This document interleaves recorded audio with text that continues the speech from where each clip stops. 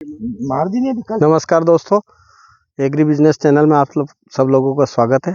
आइए हम गोभी के बारे में जानकारी लेते हैं। गोभी के अभी नर्सरी लगी है और नर्सरी से गोभी निकलती है। जब तक हम किसान से जानकारी लेते हैं और किसान इस गोभी को अधिक रेट में कैसे बेच रहे हैं, ये हम किसान से पूछेंगे। इनका कहना है कि ये 100 रुपये ज़्यादा में बिकती है। तो आइए हम जानकारी लेते हैं।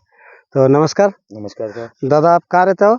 यही कदवा में रहते हैं। कदवा में रहते हो, सामेर तहसील का गांव है, जिला इंदौर है ना। तो ये आपने जो नर्सरी लगाई है गोभी की, इसको ये कितने दिन की हो गई है?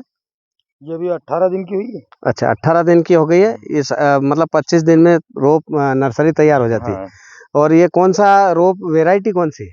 ये हैप्पी की है ना। हैप्पी की। अब इसको किस तरीके से लगाओगे आप लोगों को जरा हमारे चैनल, ये किसान, ये है ना, मेरी बात सुन लो पहला। ये चैनल हमारे पूरे हिंदुस्तान के किसान लोग देखते हैं। हमें किसी भी प्रकार की कोई भी ऐसी बात जो आप करते हैं वो अगर लोगों को बताओगे और अच्छा करते हैं तो लोग आपसे सुझाव लेकर, आपसे समझकर और आपके सुझाव को मानकर लोग अच्छी खेती करेंगे। और अच्छी खेती करेंगे तो उनका सपना पूरा होगा, उनके बच्चे का लालन पालन होगा और किसान समृद्ध होगा।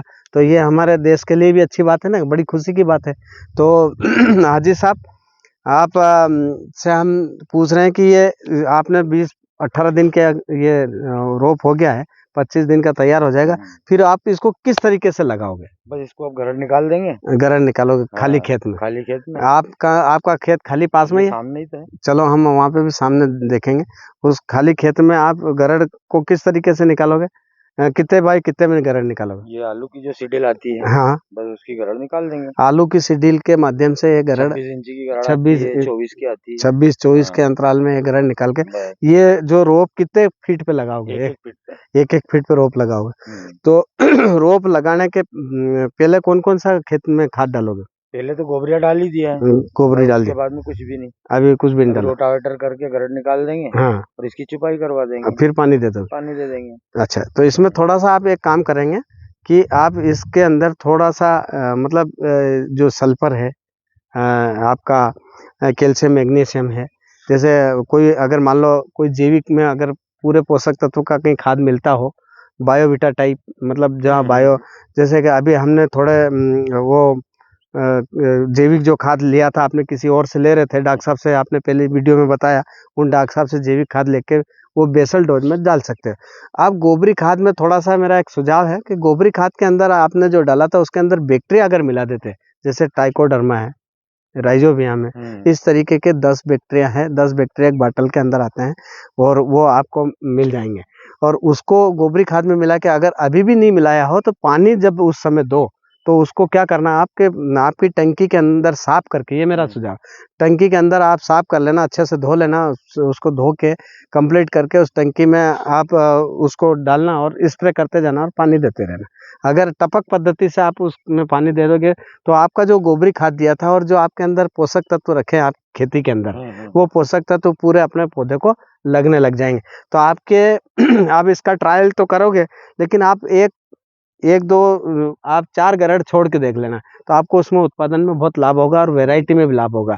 अब आप बता रहे थे कि मेरा गोभी 10 रुपये या 100 रुपये 50 रुपये ज्यादा बिकता है, वो किससे कैसे बिकता है? वो ये डॉक्टर साहब की देन है। तो डॉक्टर साहब आप आइए ना, बीच में बात करें अपन। इनसे जो भी दवाई लेके हम डालते हैं। अच्छा, ये डॉक्टर साहब इनके सलाहकार हैं और गाइडेंस है। हम मकान बनाते हैं तो इंजीनियर की गाइड लेते हैं, शादी करते हैं तो हमारे ये इनके समाज में उनसे किनसे लेते हो? हाँ, बड़े बूढ़ों से राय बड़े बूढ़ों से राय लेते हैं। और शादी किससे? आप शादी कौन करा, निकाह कौन पढ़ाता आपका? मौलवी पढ़वाता। और हमारे में हम लोग शादी कराते तो पंडित से राय लेते हैं। तो हम जब शादी कराते तो पंडित से राय लेते हैं, मौलवी से राय लेते हैं, तो खेती करने में हम किसी गाइडेंस से अगर राय लेते हैं तो कौन सी छोटी बात हो गई? तो बेहतर है, वो ज़्यादा बेहतर। तो हमारे डॉक्टर साहब से राय लेते हैं, किसान भी है और डॉक्टर भी है। तो डॉक्टर वेटनरी के हैं और किसान है, और इनके पास कुछ ऐसी कंपनियां हैं जो प्रोडक्ट, इनकी जो नंबर 1 की कंपनी और अच्छी कंपनी, और जिस कंपनियों का ब्रांड में नाम आता है हिंदुस्तान के अंदर, वो कंपनी की दवाइयाँ ये देते हैं। थोड़ी महंगी हो सकती है, मेरे को जहाँ तक जानकारी है कि महंगी हो सकती है, लेकिन वो ब्रांड है, मतलब नंबर 1, उसमें किसी प्रकार की क्वालिटी और क्वांटिटी में कोई फर्क नहीं रहता है, और कोई आपको उसमें किसी प्रकार का 19-20 नहीं लगेगा। क्वालिटी और क्वांटिटी में आपको 150 ग्राम ज़्यादा मिलेगी और क्वालिटी नंबर 1 मिलेगी। पैसे ज़्यादा लगेंगे तो स्वाभाविक है, रुपए की चीज़ रुपए में मिलेगी। तो हमारे डॉक्टर साहब जो है सुझाव देते हैं और इनको हाजी साहब को बताते हैं। ये पिछले कितने साल से डॉक्टर साहब बता रहे हो आप? ये 4-5 साल से उपयोग कर रहे हैं। अच्छा। इनको स्टार्टिंग में बीज देंगे, पहले ग्रीन प्लांट का भूमि पावर आता है, वो मैं डलवाता हूँ 4 किलो बीघे के हिसाब से। अच्छा। तो बाद में एक बार ग्रो नाइट्रो, और जब वो फूल निकल आते हैं तब ब्लूम नाइट्रो का इस्तेमाल करता हूँ। अच्छा। तो ये बताते हैं कि हमारा फूल जो है, हमारे बोरी है वो 100 रुपये बोरी के नाम से, वो अलग इनके नाम से अलग ही बिकती है। वो फूल भी बड़ा होता है, सफेद होता है, चमकदार और ठोस होता है। तो बाजार में सबसे हाईएस्ट 100 रुपये महंगी बिकती है हमारी, वो भी 100 रुपये महंगी बिकती है, जहाँ से भी जाती है। हाँ, तो दोस्तों, जैविक खेती में इतनी बड़ी ताकत है और इतनी बड़ी कला है, और हमारे डॉक्टर साहब जो जैविकता की ओर से जो इनको सजेस्ट कर रहे हैं, ये किसी भी कंपनी का कोई भी चीज़ दे रहे हैं तो 85 साल की अवस्था में आपको कोई सुझाव गलत नहीं देंगे, अच्छा सुझाव देंगे और बढ़िया ये आपसे खेती करें। इनको नुकसान, गलत सुझाव देने पर नुकसान होगा और अच्छा सुझाव देने पर फायदा होगा।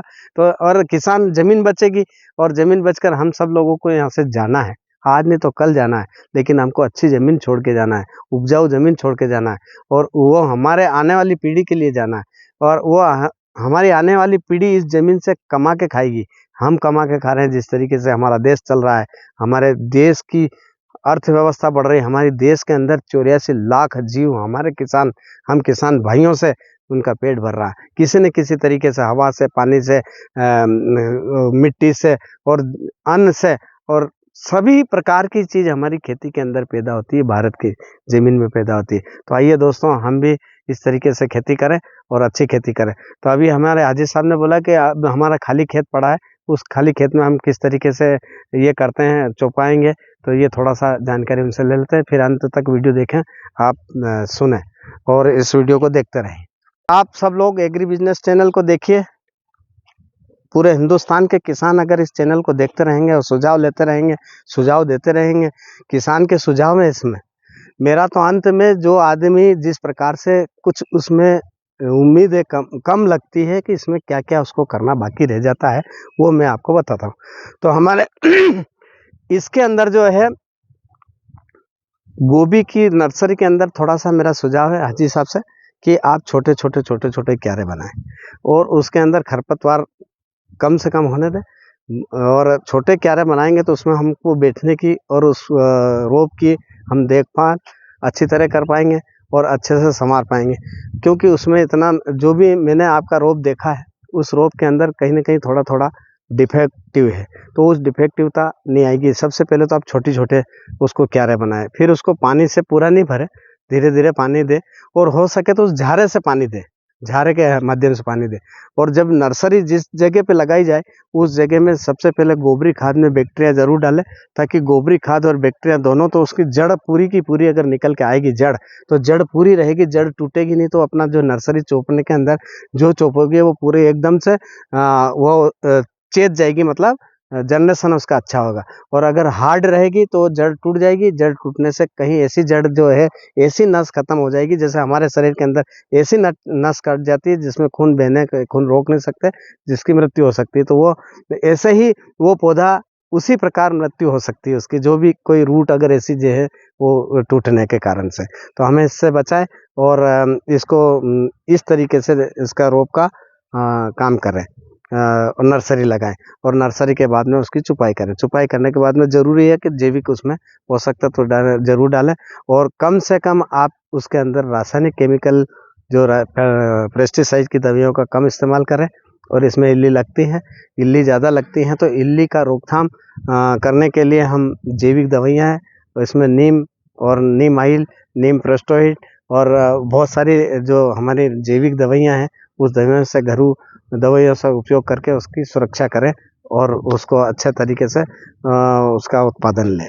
और बाज़ार में आपके माध्यम से, आपके मुंह के शब्द हैं कि 100 रुपये हमारा थैला ज़्यादा बिकता है, तो हो सकता है कि आपके डबल भाव में बिके। यही मेरी शुभकामना है आपके साथ। आप अच्छी खेती कर रहे हो, धन्यवाद है। और इस वीडियो को अधिक से अधिक लोग देखें, सब्सक्राइब करें और सुने। मेरा नाम हरिगुरु है, मेरे मोबाइल नंबर 9827842881 है और आप इसमें कमेंट डालें, लेकिन ध्यान रखें कमेंट किसी भी प्रकार की अव्यवस्थित या किसी भी बहस वाली कमेंट ना डालें। अच्छी हमारा उत्साह बढ़ाए और आप इसका फ़ायदा लें। Thank you. जय हिंद, जय भारत।